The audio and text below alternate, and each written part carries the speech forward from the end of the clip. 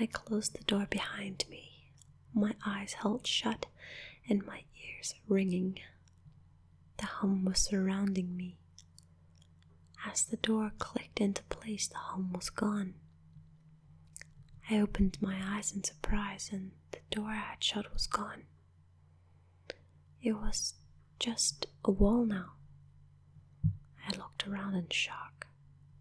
The room was identical to room 3. The same chair and lamp, but with the correct amount of shadows this time. The only real difference was that there was no exit door, and the one I came in through was gone. As I said before, I had no previous issues in terms of mental instability, but at that moment I fell into what I know was insanity. I didn't scream, I didn't make a sound. At first I scratched softly. The wall was tough, but I knew the door was there somewhere. I just knew it was. I scratched at where the doorknob was. I clawed at the wall frantically with both hands, my nails being filed down to the skin against the wood. I fell silently to my knees, the only sound in the room, the incessant scratching against the wall. I knew it was there. The door was there. I knew it was just there. I knew if I could just get past this wall. Are you all right? I jumped off the ground and spun in one motion. I leaned against the wall behind me and I saw what it was that spoke to me. To this day I regret ever turning around. There was a little girl. She was wearing a soft white dress that went down to her ankles. She had long blonde hair to the middle of her back and white skin and blue eyes. She was the most frightening thing I had ever seen, and I know that nothing in my life will ever be as unnerving as what I saw in her. While looking at her, I saw something else. Where she stood, I saw what looked like a man's body, only larger than normal and covered in hair. He was naked from head to toe, but his head was not human and his toes were hooves. It wasn't the devil, but at that moment it might as well have been. The form had the head of a ram and the snout of a wolf. It was horrifying, and it was synonymous with the little girl in front of me. They were the same form. I can't really describe it, but I saw them at the same time. They shared the same spot in that room, but it was like looking at two separate dimensions. When I saw the girl, I saw the form, and when I saw the form, I saw the girl. I couldn't speak. I could barely even see. My mind was revolting against what I was attempting to process. I had been scared before in my life, and I have never been more scared than when I was trapped in the 4th room, but that was before room 6. I just stood there, staring at whatever it was that spoke to me. There was no exit. I was trapped here with it, and then it spoke again. David, you should have listened. When it spoke, I heard the words of the little girl, but the other form spoke through my mind in a voice I won't attempt to describe. There was no other sound. The voice just kept repeating that sentence over and over in my mind, and I agreed. I didn't know what to do. I was slipping into madness, yet couldn't take my eyes off what was in front of me. I dropped to the floor. thought I had passed out, but the room wouldn't let me. I just wanted it to end. I was on my side, my eyes wide open, and the form staring down at me. Scurrying across the floor in front of me was one of the battery-powered rats from the second room. The house was toying with me, but for some reason seeing that rat pulled my mind back from whatever depths it was headed to, and I looked around the room.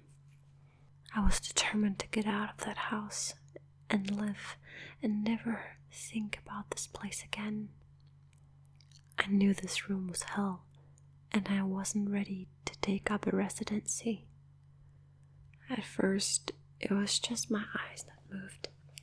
I searched the walls for any kind of opening. The room wasn't that big, so it didn't take long to soak up the entire layout. The demon still taunted me, the voice growing louder as the form stayed rooted to where it stood. I placed my hand on the floor, lifted myself up to all four, and turned to scan the wall behind me. Then I saw something I couldn't believe.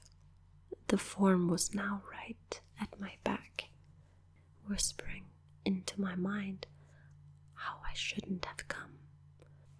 I felt its breath on the back of my neck, but I refused to turn around. A large rectangle was scratched into the wood, with a small dent chipped away in the center of it. Right in front of my eyes I saw the large 7 I had mindlessly etched into the wall. I knew what it was. Room 7 was just beyond that wall, where the room 5 was moments ago. I don't know how I had done it. Maybe it was just my state of mind at the time, but I had created the door. I knew I had. In my madness, I had scratched into the wall what I needed the most, an exit to the next room. Room 7 was close. I knew the demon was right behind me, but for some reason it couldn't touch me. I closed my eyes and placed both hands on the large 7 in front of me. I pushed as hard as I could. The demon was now screaming in my ear. It told me I was never leaving. It told me that this was the end, but I wasn't going to die. I was going to live there in room 6 with it. I wasn't.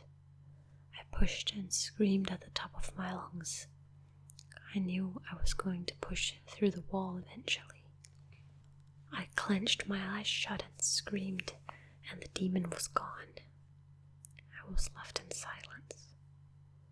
I turned around slowly and was greeted by the room as it was when I entered, just a chair and a lamp. I couldn't believe it, but I didn't have time to dwell. I turned back to the 7 and jumped back slightly. What I saw was a door. It wasn't the same one. It wasn't the one I had scratched in, but a regular door with a large 7 on it. My whole body was shaking. It took me a while to turn the knob. I just stood there for a while, staring at the door. I couldn't stay in room 6. I couldn't. But if this was only room 6, I couldn't imagine what 7 had in store. I must have stood there for an hour, just staring at the 7. Finally, with a deep breath, I twisted the knob and opened the door to room 7.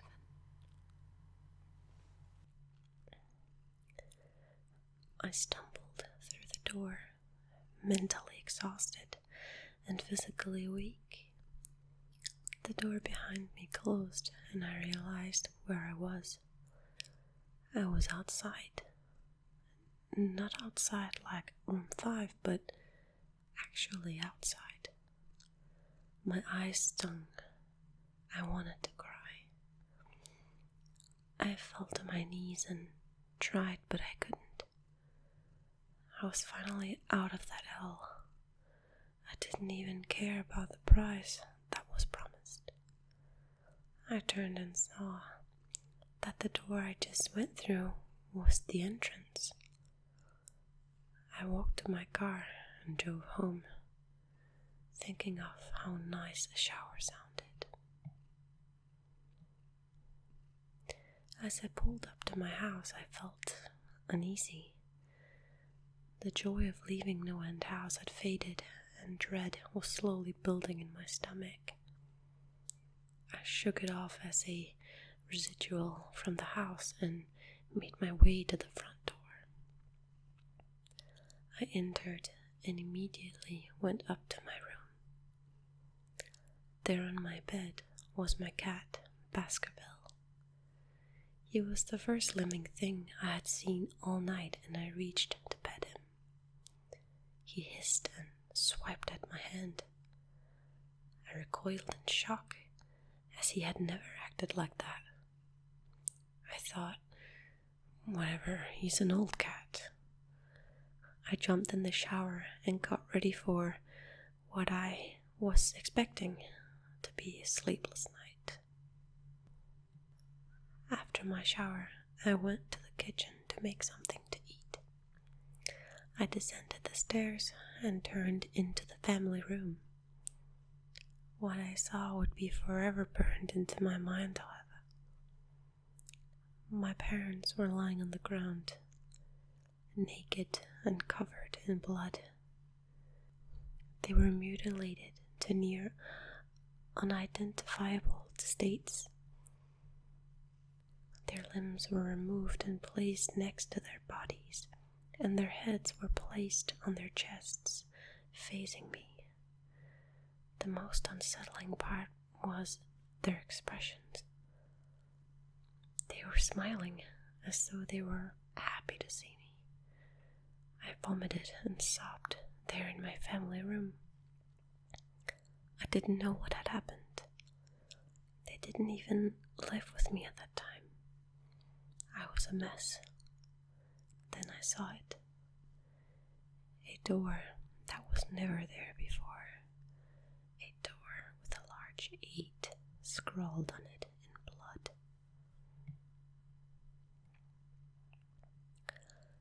I was still in the house. I was standing in my family room, but I was in room 7. The faces of my parents smiled wider as I realized this. They weren't my parents. They couldn't be, but they looked exactly like them. The door marked 8 was across the room, behind the mutilated bodies in front of me. I knew I had to move on, but at that moment I gave up. The smiling faces tore into my mind. They grounded me where I stood.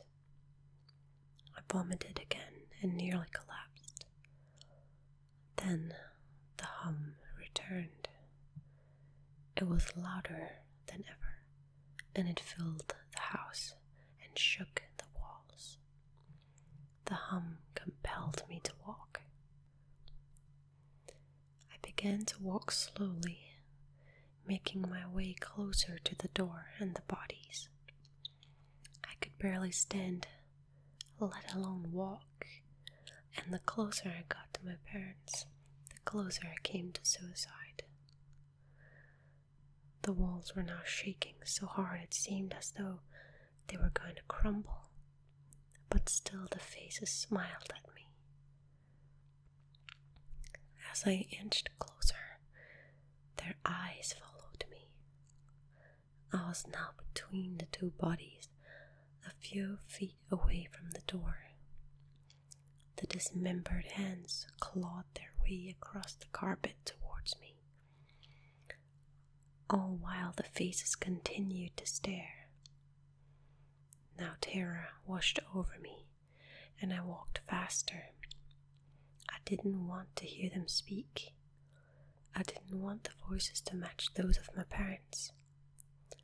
They began to open their mouths, and the hands were inches from my feet. In a dash of desperation, I lunged toward the door, threw it open, and slammed it behind me. Room 8. I was done. After what I had just experienced, I knew there wasn't anything else this fucking house could throw at me that I couldn't live through. There was nothing short of the fires of hell that I wasn't ready for. Unfortunately, I underestimated the abilities of the NoEnd house.